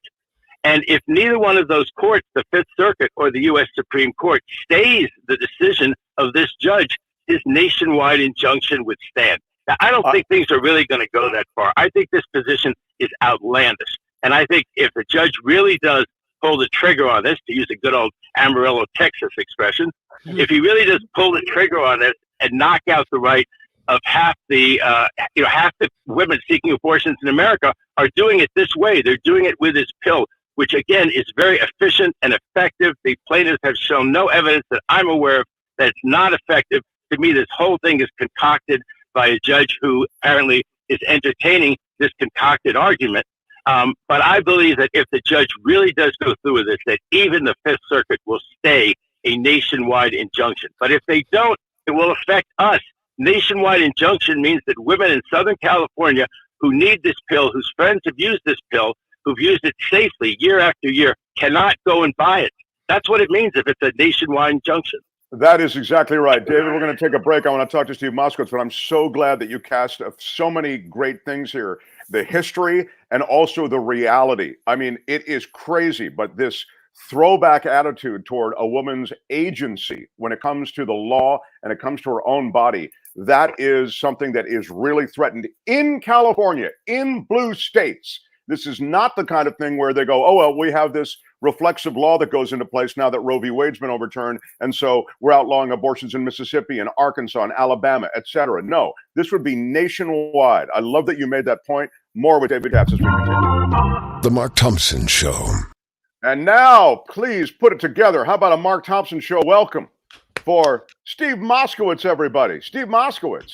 You have where's my Mark Thompson Show welcome, Albert? I'm solo on the clapping today. How dare you, Albert? Thank you. Sorry, Steve, for that little hiccup before your Mark Thompson Show welcome. Thank you. That's a double welcome. Okay, now we're better shape. Hey, Steve, you told me a story, and then more with David Katz when we get back to it. But I wanted to mention, because I talked about it last hour, you told me a story about ERC and the fact that this just happened. We talked about ERC on the show. We talked about it on the old station, and we talked about it a bit on the show. And it had just happened prior to you coming on the air with us that somebody called and they said, I don't think I'm really necessarily. And then you looked and he got $100,000 from the government. That's right. Because what happens is there's two different tests to determine if you're eligible. There's the easy test and the difficult test. The easy test is an objective test. It's math. Did your gross revenue go down by a certain percentage? Yes or no? That's like 1 + 1 is 2. That's the correct answer. Everything else is wrong.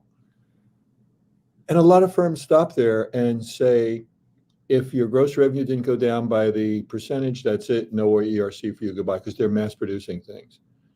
But there's another test. It's a subjective test. And this deals with the effect, the adverse effect of COVID restrictions on your business. For example, suppose you're an essential business, a food store, but you were still limited to using 25% capacity of your business. So you say, well, wait a minute, if you could only use your business 25%, did that cost you business? And a lot of times the answer is yes, because if you can only have 25% of your customers come in the store, a lot of people, they won't come in the store, or they'll go to another store, or they'll order from Amazon or something else. That's an example. Another example is supply chain problems. You can't sell products that you can't get. So what happens is there's a laundry list of things. We're willing to take the time, effort, and energy to talk with a client. Sometimes we have to talk with them multiple times. Sometimes we have to give them homework. And all of that's okay because we're willing to do it. The only thing we care about is getting you the absolute maximum amount that the law provides. Not everybody qualifies, but a lot of people that were told they didn't qualify under the one test do qualify under the other test, but you have to work a lot more for it. We're willing to do that work, and we've had multiple cases where people were turned away that, in fact, were due a lot of money, even a lot more than $100,000. Yeah, it's so really to the point that most or many don't do the work and aren't willing to do the work because it's easy. You know, you've got 4 other calls on hold and you can do sort of the simple test for all of them and it just takes less time. But with Moskowitz, there is a real commitment to making sure that you've exhausted every opportunity before you say, well, there isn't anything for you here. And I think that is, and when I look at the changes, last thing that they're making in California, we're making changes that are related to rolling back a lot of the advantages that businesses had under COVID restrictions initially. There are, like, for example, restaurants that you need to try to grab this ERC while it's still out there. You might be, even if you had a small business, you might be eligible for this government money. This and many other opportunities await you at Moskowitz. Give them a call at 888-TAX-DEAL, 888-TAX-DEAL. Also online, MoskowitzLLP.com. 888-TAX-DEAL, anywhere in the country, anywhere in California, anywhere in the Bay Area. Steve Moskowitz and crew with you to help. 888 tax deal. Steve, thank you. Mark, Kim, thanks so much. Good to talk to you. See you. The great Steve Moskowitz, everyone. Yeah, you know. The Mark Thompson Show. And now back to our conversation with David Katz. We were talking about the reality, and this is kind of what I want to pick up on, David, the reality around a real abortion ban, as we were saying. And I love that you drew out the history, and I'll just quickly underscore it, and then I'm going to shut up and let you speak. But there was this love affair that was happening on the left and among certainly mainstream Democrats, particularly as it was so clear that Donald Trump was this corrupt, pay-to-play type figure. There was a love affair that was growing, and I still think it's out there, with people like Liz Cheney and Mitt Romney and people who spoke up against Donald Trump. And what I would always remind people is, look, I'm glad they're speaking up and speaking the truth to political power, in this case, Trump. But these aren't your friends. These are people who are against a woman's right to choose, for example. And you have just pointed it out. They approve judges that are now threatening a woman's legal agency over her own body. David? Hello? No? Yeah, go ahead, David. Can you hear me? Yeah. Go ahead. Well, that's certainly, part of the political and ideological divide in this country, that it's nice that Romney, voted in the Senate that he would have convicted and removed Trump. And it's, very nice that Liz Cheney did what she did. But, generally speaking, this group of the Republican Party is for huge, I would say, bloated military budgets. They're against environmental enforcement. And so if you see the need for regulations and for doing something right about the environment as a real priority, they're not your friends and have not been, on those issues. And on top of that, when you look at federal judges, certainly in terms of people's constitutional rights, if all you knew about a judge was that the judge was appointed by a Democratic president or a Republican president, I think any civil rights lawyer and just about any criminal defense attorney would say, I'll take the Democrat appointed judge if I don't know anything else about them. That's how differently it skews in terms of, generally speaking, federal judges and their views of, expanding constitutional rights, and this is certainly a huge cutback of constitutional rights. And I think no one can miss the fact that it was 5 Republican appointed justices who voted for it, a 6th one, Roberts, who would have not gone as extreme as the other 5 did and actually overruled Roe v. Wade in Dobbs. But there were 6 justices who were hostile to a woman's right to choose, and a woman's right to what a woman decides that the woman wants to do with the woman's body. And so there were 6 Republicans on that side, and there were 3 Democrats on the side of women's right to choose and of women retaining that constitutional right. So I don't think that should be, missed by anybody. And when it comes to these judges, these extreme, almost fringe right-wing judges like this one in Amarillo, Texas, they kept winning on, votes 51-49. And some of the worst Trump appointments were 51-49. Remember some of the really worst cabinet members, some of the ones who are, hopefully we're forgetting about some of them, but some of them did unforgettably bad things. And they, again, won on this very partisan Republican majority. So, people are entitled to their political and ideological views, but I think they have to come to grips with that. And in the decision that you're talking about right now, Mark, it may have infuriated some of these right-wingers and the ones who are against women's right to choose, but this was how most people had their access to doing something about abortion. As things stood right now, as they stand, as it's being challenged in this Texas lawsuit, a woman has a right to get basically this pill through the mail.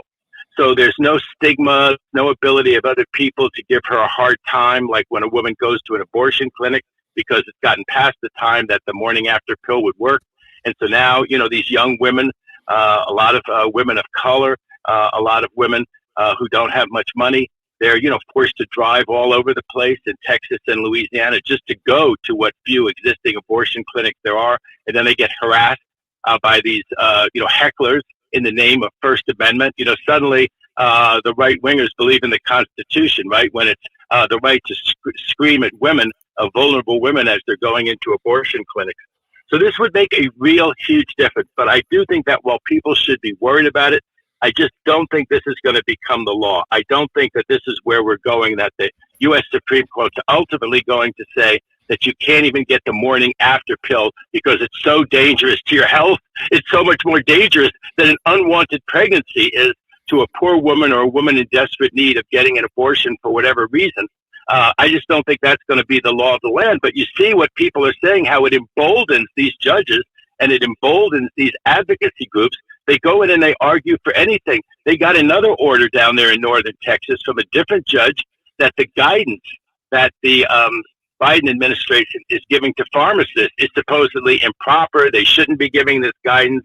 And the guidance is basically that some pharmacists, I don't get into the weeds too much, but it's sort of interesting on this topic.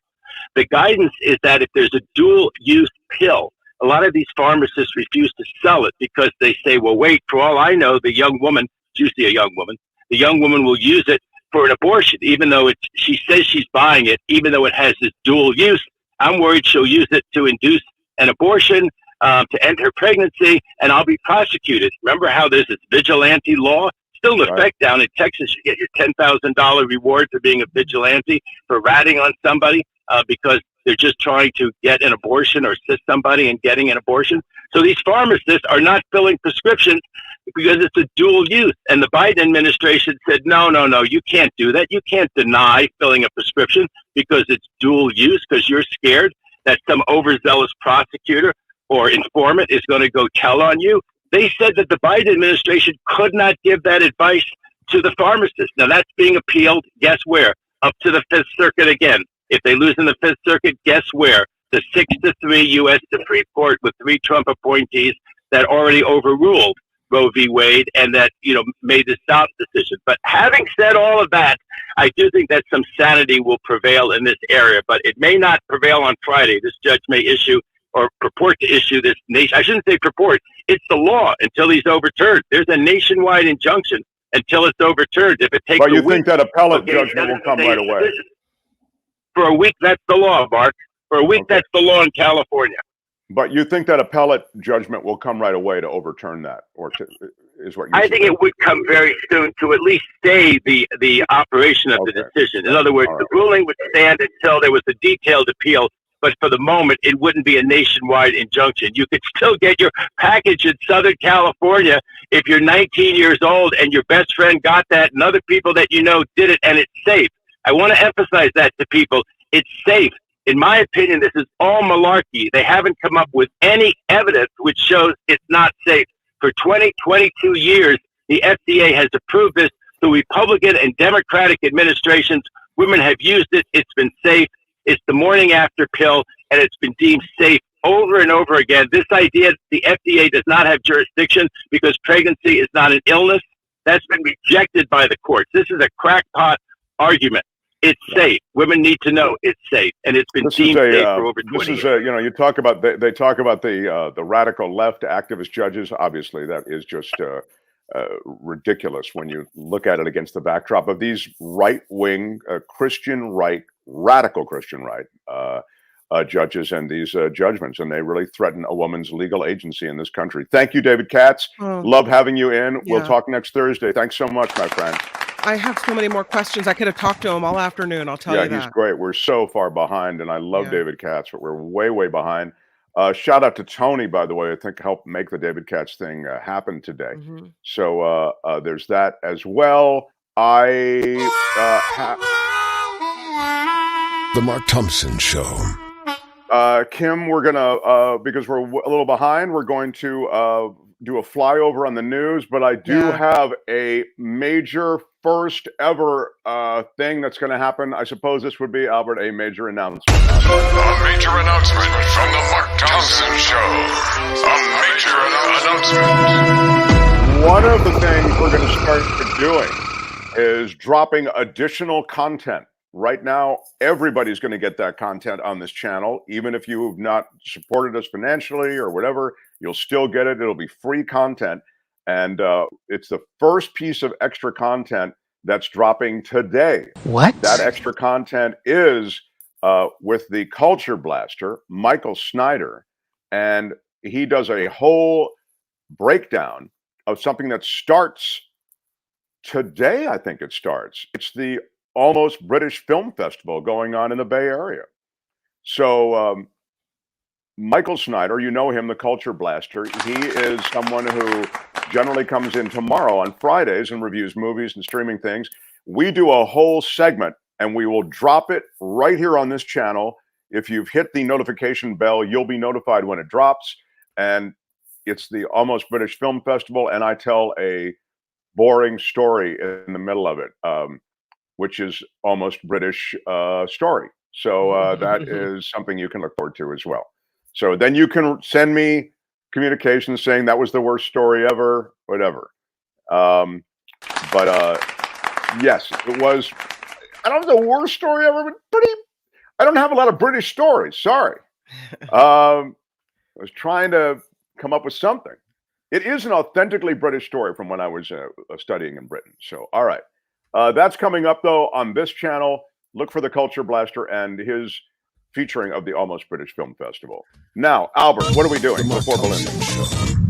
Hell yeah, we're going to smash it like a boss. Give me a thumbs up. And Smash it with your iron rod. We acknowledge formally some of the people who, through the show, we've acknowledged along the way, but it's really wishing your dad a full recovery. Thank you for still being on, Mark. Hello, Kim, Albert, and Tony. Tiffany M. L.A. 1999. Big shout out. Big shout out. Big Dan Ashley shout out. Thank you so much. Tiff, they call you Tiff? Thank you for that. That really is special. Thank you. Our pleasure to do the show. And really great to have you all on board. Joe Fong, $9.99. Thank you so much. Thank you so much, Joe. Thank you, Joe Fong. I so appreciate you as a super sticker contributor and someone who regularly contributes, as I do with the esteemed Buck Meadows. Thank you, Buck. Jim Slayton for $4.99. He's another one. Thank you. Yeah, give you the Chappelle. Thank you. Jim is a regular contributor and regular viewer. Thank you. As is Beth Farmer. Thank you, Beth, for $20. Come on, with a super sticker. Thank you so much. Thank you so sweet. much, Beth. Yeah. Thank you so much. Thank you, Beth. Thank you. Thank you so much. Can't decide whether my thank you so much is more fun than the British one. It's close. Karen Q. So much. Thank you so much, Karen Q. $19.99. Call it $20. Thanks, Mark, for being here with all that's going on. Prayers for your parents and family. Thank you for the good energy, and thank you for the $20. Thank you. We are crowd-funded. You're the crowd, and here are the funds. Kevin, are you kidding me? What? $7. Wow. That's extraordinary. I'm not going to cry, but it is cry adjacent. Kevin Hobbs, $57. Wow. And, Kevin's a regular contributor as really well. Kind. So gotta love our Kevin Hobbs. Thank you, Kevin. Thank you very much. Now, Albert, I turn to you. Thank you, everybody. I just want to mention it on the heels of that, and then I want to get to Belinda, that we are crowdfunded. We can't do the show without you, and that's why, Kevin and Karen and all of who just contributed, and Jim and everyone who makes any contribution is very much a part of an effort that is only enabled by you jumping on board. So love your subscriptions, that is to say, to subscribe to the channel, love the thumbs up, and really appreciate the funding at whatever level. And we're going to have new ways where we feature those who've contributed on Patreon and on PayPal. So if you've contributed on Patreon and PayPal, first of all, your name appears at the end of the show, as you know. And at certain levels, we're going to start acknowledging you. Those of you who, and we'll go all the way back to the beginning. So I want to really give special thanks to those of you who've gone to Patreon and PayPal, because honestly, those are the ways where we keep even more money with the show. So that's a really great way to support the show. You can do that at themarkthompsonshow.com, themarkthompsonshow.com. There's a click through to Patreon. There's a click through to PayPal, and it's easy after that. So that is all the business when it comes to, money and support. And The Mark Thompson Show. So Albert, I know we have to get right to Belinda, but there are just a couple headlines I'm burning to tell you. Okay, please. Can I tell them without the music and just you and me talking? Yes, of just course. So we can quickly get through them.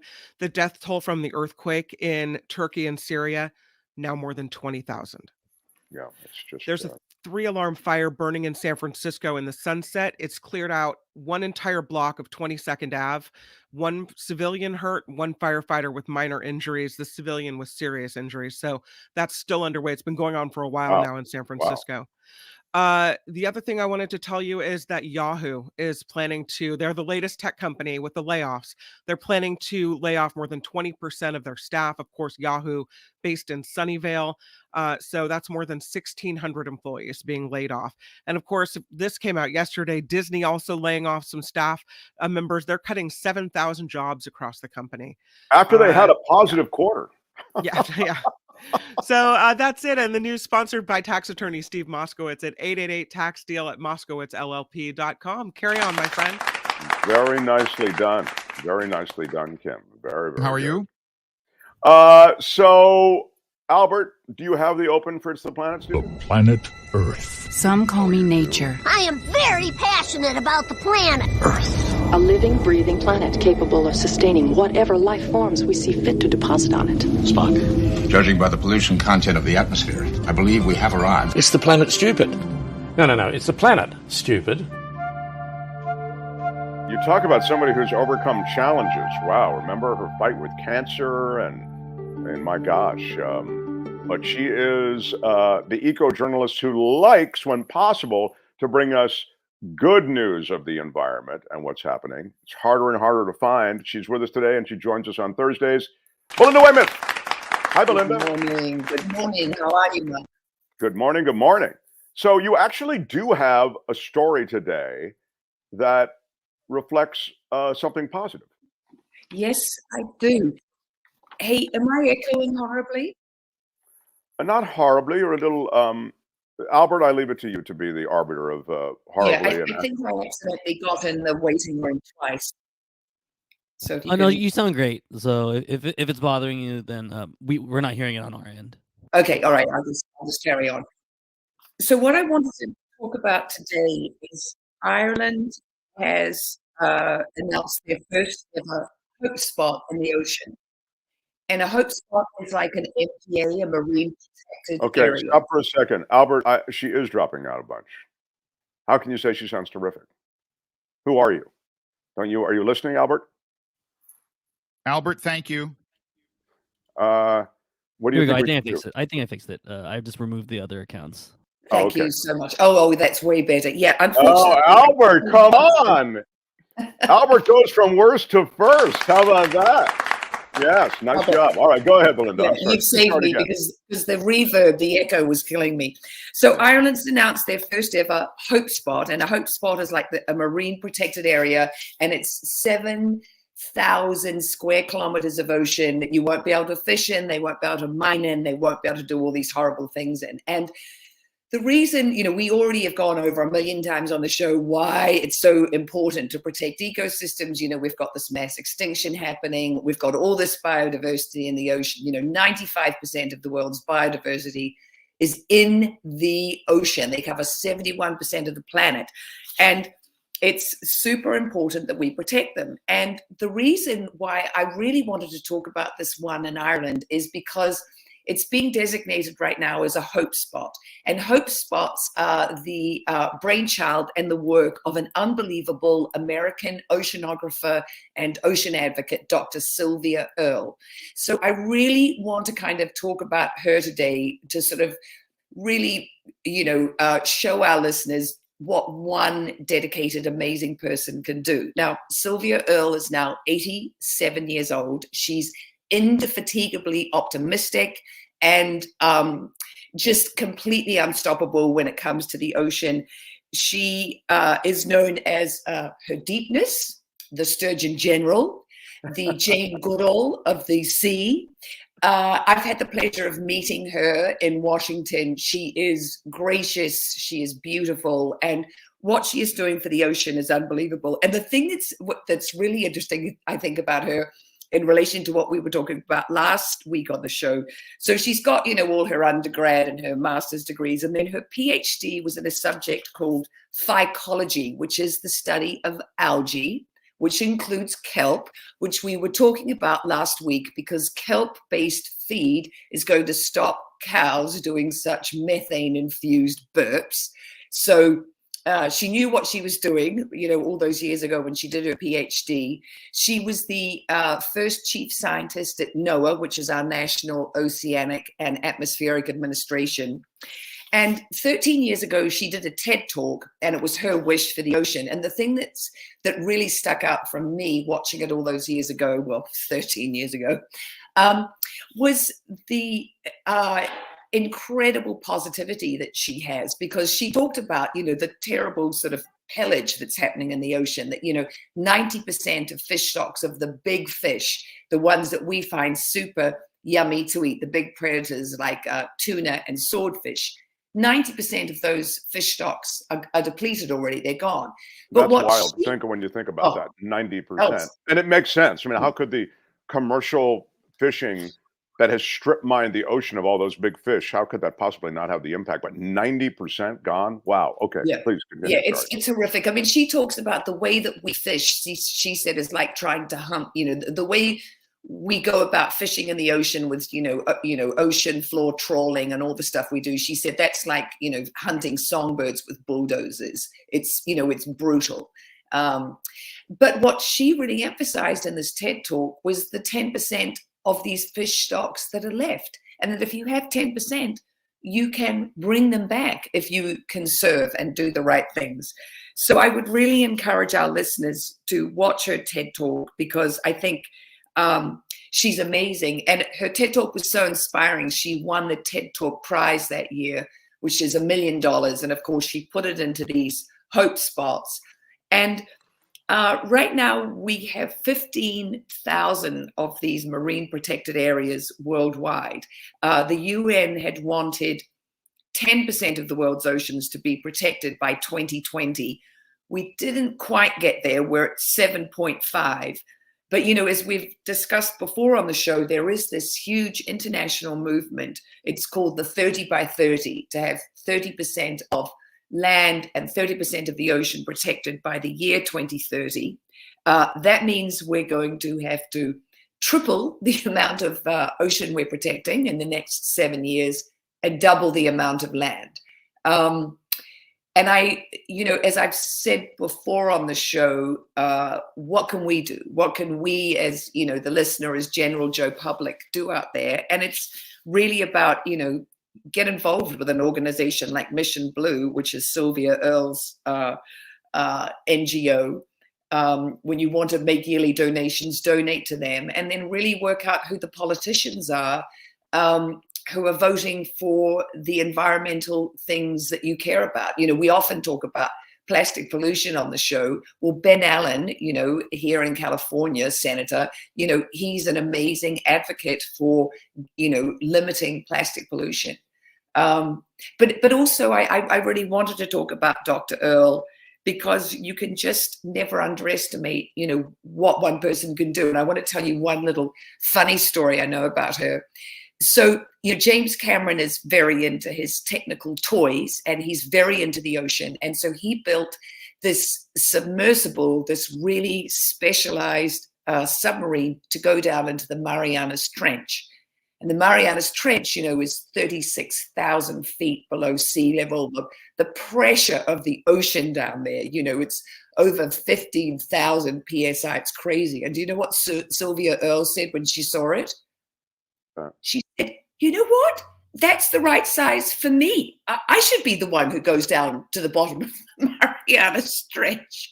I don't know if James Cameron politely laughed or what he did, but she told him it should be her. And in a way, it sort of should be, because, she's devoted her whole life to this. But I don't know if he gave her a turn after he had a shot at the wheel of the submersible. There are shots of her,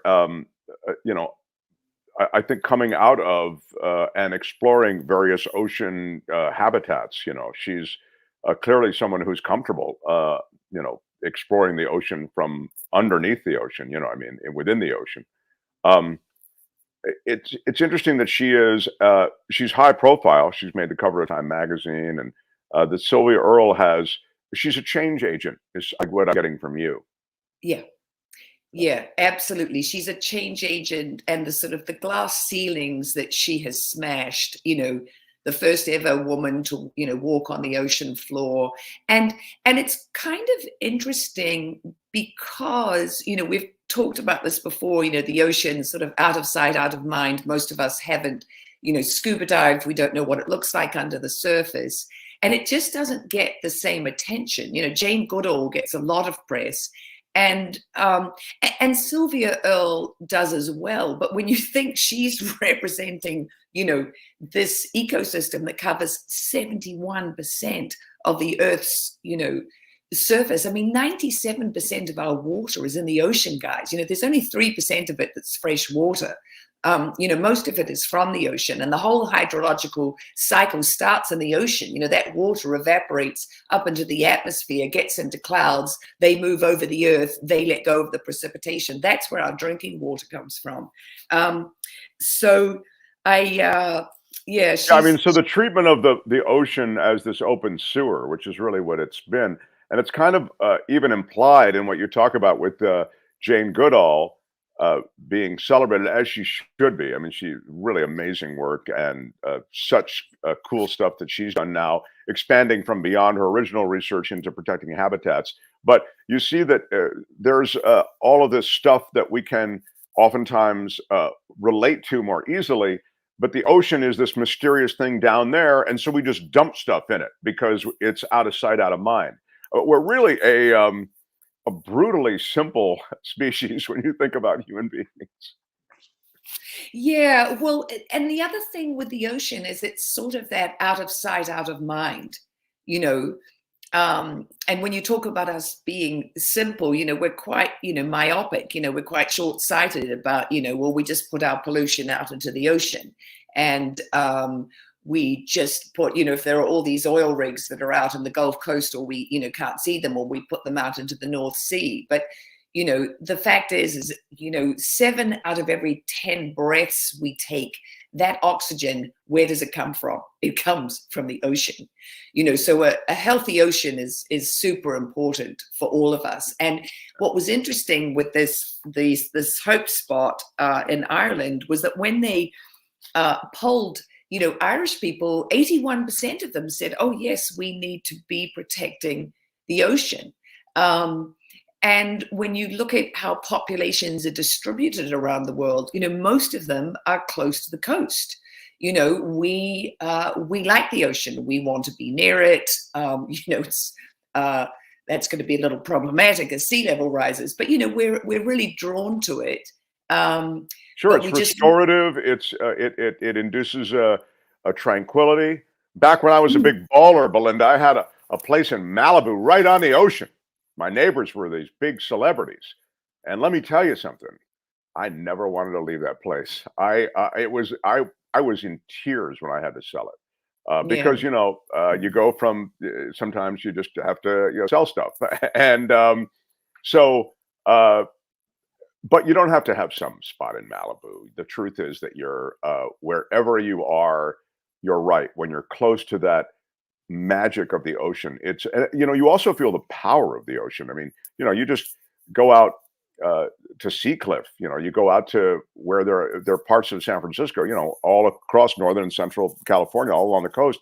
You see this sort of the unfettered power of Mother Nature and the ocean. It's awe-inspiring and intimidating.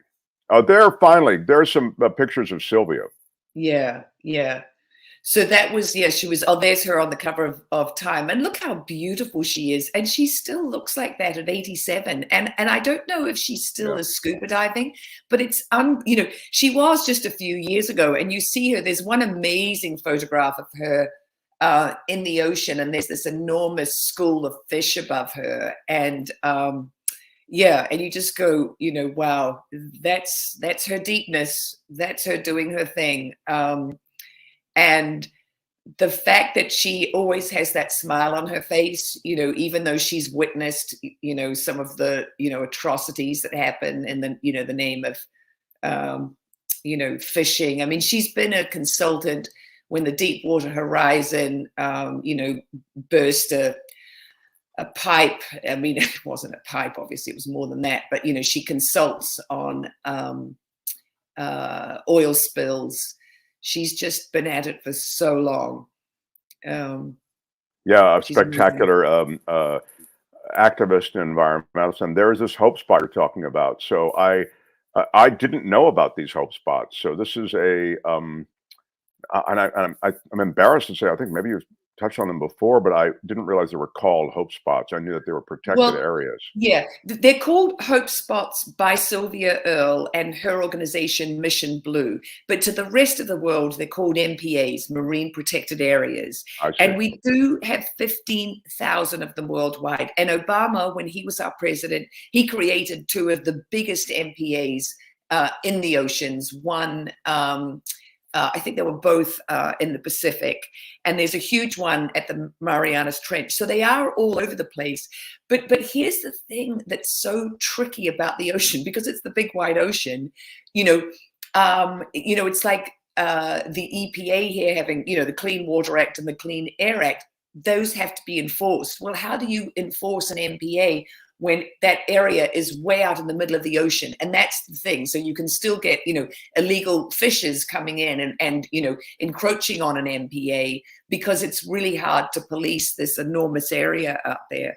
But, hopefully we will, if we got to the 30 by 30, 30% of terrestrial and, ocean waters protected by the year 2030, that would be sure. I mean, that would be terrific. I mean, you're right. Even as we recognize Sylvia Earle in your visit today, you note that her activism and this work and this protection that Ireland has just granted this part of the ocean, it lives alongside what is piracy on the part, particularly of Asia, where you've got these Chinese fishing trawlers out there. They literally have set up floating factories. Sometimes people don't leave these ships for a couple of years at a time. They will do everything from as I was saying before, strip mining the ocean of fish to processing all the fish on board this thing, which is an industrial vessel, but beyond anything you could ever even conceive of. It is a floating fish factory, and it's there to essentially rob a lot of these areas, even protected areas, of all the wildlife there. So, I mean, I'd love to see this get even more momentum. And as you say, those goals to be reached in the next decade, it would be great. Belinda, thank you. I love talking to you, and I wish we had more time, but really do love your ongoing contribution to the show. So thank you for being here. Oh, thank you for having me. All right. Belinda Waymouth. Hi, everybody. You can find her on social media, WAYMOUTH, Belinda Waymouth. If you have anything to say to her on Twitter, anything to say on Instagram, that's how you find her. Do I have any other things in the chat to get to that I need to respond to? As the smartest person in the world, I need to oftentimes be called upon to respond to questions or comments from those who, may want to be edified by something I have to say. No? Albert? No, I don't think there's anything. One last reminder, we do have the added bonus content from Michael Snyder about the Mostly British Film Festival. I'll be it'll be up at some point today with the other breakaway videos from the live stream. So just look forward to that. Could you be a little more vague, Albert? At some point today is a little too specific for me. When is Michael Snyder's added content? It's the first added content of our show, and all you can tell me as the producer is it'll be up at some point today? Well, usually everything's up by 2:30, but I'll have his up at 2:00 before everyone else is at 2:30. So 2:00. Thank you very much. That is a little bit more what I was looking for. Thank you. Albert, thank you. On the Nikki Maduro show, Kim, you take us through it. Yeah, we got a developer who's going on a hunger strike. San Francisco might actually create a red light district for prostitution, legalize hookers in the city. What? Yeah, there's a proposal on the table. Smash it with your iron Brings rod. the iron everybody. rod to a whole new level. There's a drunk driver that has won a case with an angry woman defense, apparently. So we'll delve into that and more. What? I know. It's a lot. There's a lot going on. Nikki's got a great more. show. Yeah, I and you love know what? Nikki's show. So do you, because I had never even heard of Sylvia Earle. I learned so much from Belinda Waymouth today. She's really cool, and we have done a lot today. We started with Burt Bacharach and the loss of a brilliant man who defined decades of music in one way, anyway. And it was just so very prolific. And then we, I think, seamlessly moved into a conversation about technology on Tech Thursday with Jefferson Graham. And then again, seamlessly moved into a serious conversation about abortion rights and a woman's right to choose. That was done with David Katz at 11 o'clock. And then finally, we moved into our conversation with Belinda that we do every Thursday on the Earth and this planet and protecting it. Yes. Yeah. Nice wrap. Well, as I reflect on the work that we've done today, I can really say job well done. Nikki's show is next across the Nikki Maduro channel. Nikki Maduro show is what it's called on the channel there. And I want to thank all of you who have hit us with a thumbs up, who've hit us with money, because sadly we have our hand out all the time. It's just part of the game here on YouTube. And we have some special events coming up later this year. And our first ever added content on this channel today, a conversation about the Almost British Film Festival, which is in the Bay Area right now. And Michael Snyder will be joining me and we'll be talking about that. I'm Shallow Stevens for The Mark Thompson Show. Bye-bye. It's official now. On time. Bye-bye. Until tomorrow. Thank everybody. Thank you, Albert, Kim, everyone else. Till tomorrow. Bye-bye.